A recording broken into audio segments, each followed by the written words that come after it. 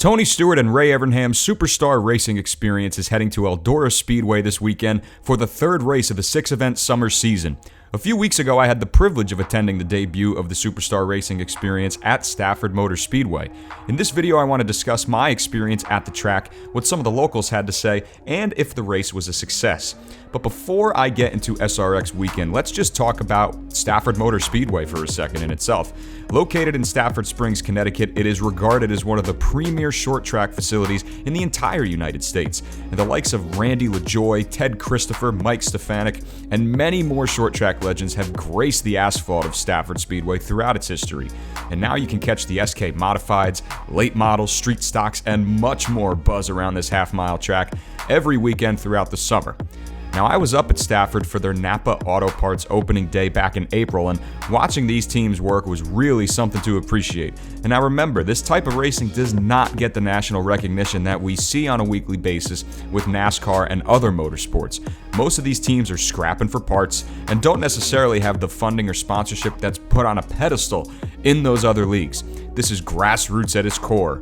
So I cannot wait to see what this facility was going to look like with the likes of Tony Stewart and Helio Castroneves walking around the paddock, as well as CBS orchestrating the broadcast on national television. But with so much anticipation for a series where the drivers hadn't even turned a lap until that very day, there was a lot of pressure on Tony Stewart and Ray Evernham to deliver. Remember, race day was the first time that all drivers would be on the track together in these cars. There was little to no track time for these guys beforehand, so that was definitely something to take into account despite the robust lineup of drivers. They were able to turn a few practice laps in the afternoon to get used to the cars and the nature of the track, but that was it. Come time to drop the green flag, we weren't sure what kind of product we were really in for. The drive in to Stafford was seamless. There was a long line of anxious fans hugged around the fence before cars hit the track, and the anticipation was through the roof. It was really awesome to see. Walking around the paddock, I was amazed by the type of access we had. There were a few haulers selling SRX merch, as well as a few smaller kiosks that were selling vintage diecasts and NASCAR merch. SRX even set up an autograph session for 250 lucky fans to meet and greet with their heroes. And you could tell that the drivers were all for it. And while the autograph session continued, I paused and thought to myself just how grateful I was to be there, surrounded by motorsports greatness. Helio Castroneves, fresh off his 4th Indy 500 victory. Bill Elliott is 16-time most popular driver in the NASCAR Cup Series. Even Greg Biffle, the Biff dude. I mean, shit, the amount of success and prowess that was there right before my eyes was really something to appreciate, you know? I even had the pleasure of meeting and talking with Jeff Gluck of The Athletic, who I have to say was such a nice individual, had a really good conversation. But again, just watching these drivers interact with the fans, with each other, was something special. But come on, dude, we knew that once the gloves came on, it was time to get down to business. Or was it?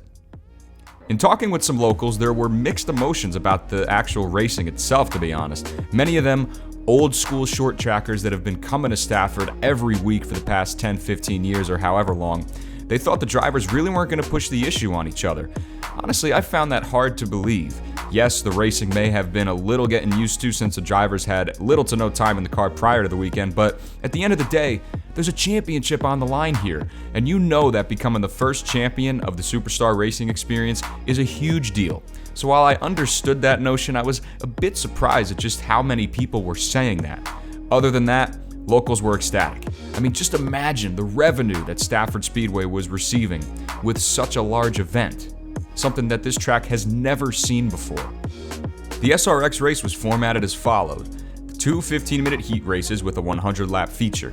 But before it was time for SRX to hit the track, fans were treated with the inaugural TickMike.com SK Modified All-Star Showdown. The likes of Keith Rocco, Todd Owen, Michael Christopher Jr., and Michael Christopher Sr.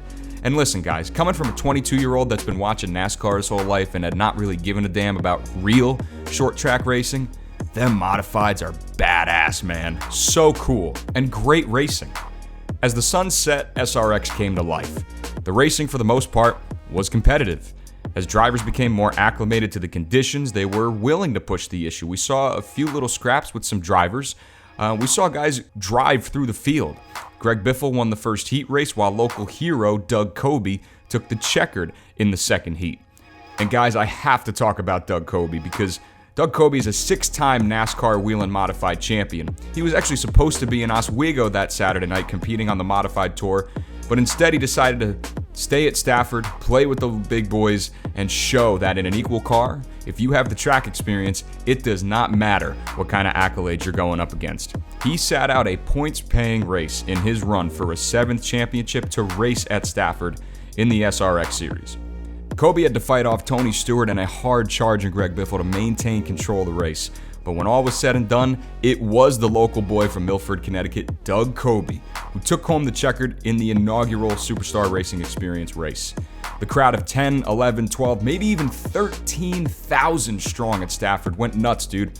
Watching their boy take these legends to school was something special to watch, and sitting out Oswego to compete was a ballsy risk, but Coby delivered.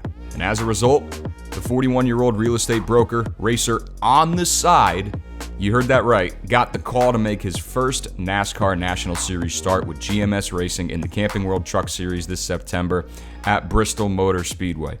What a moment for a guy who has dominated the Modified Tour, now getting the recognition that he deserves. And to me, that's what this weekend was all about. Tony Stewart and Ray Evernham took a massive risk by starting this series and putting it together in just about a year. The race was not perfect by any means. There were mistakes, there were some screw-ups, but it really didn't matter. I mean, hell, I remember Greg Biffle. He had to go to a backup car because he spun out and started last, drove way through the field. And people thought maybe he was on fresh tires when everyone else was not, but it actually turned out, his tires were a little bit more fresh, but not as fresh as we thought. So there were a couple of little logistical things that I think need to be worked out in the future, but again, it really did not matter. It was fun. It was out of the box, and it was a great show for the fans without much fluff. At the end of the day, it's a series that is only going to get better, and right now, I think they've got a lot going for it. The fact that it's even being broadcasted on main CBS, I thought this was going to be broadcasted on CBS Sports on the Umbrella Network, much like FS1 and NBC Sports, but no, dude, CBS Channel 2. They're really in a good spot, and as I said, it's really only going to get better. Short track racing, it deserves national attention. Stafford Speedway, like I said, was absolutely electric, and I cannot wait to see what this series does for other short tracks around the country. We saw it in Knoxville, in Iowa just last weekend, with Tony Stewart getting that win, and Hailie Deegan. All you people out there saying that Hailie Deegan did not deserve that ride and did not deserve to be in the Superstar Racing Experience, well, guess what? She shut all you guys up, because her dirt experience and her dirt prowess is something to really appreciate. So, to all you fans out there that didn't give her a shot, she deserved it, and she proved it.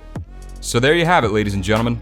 That's going to do it for today's video. The SRX Series is back at Eldora Speedway this Saturday, so that should be a fun race, but that's going to do it for me. So thank you so much for watching this video. If you enjoyed, leave a like and comment what you're most excited about for the Superstar Racing Experience. Let's see if we can get this video to 50 likes, and as always, hit that subscribe button for more motorsports content. I'll catch you guys in the next one.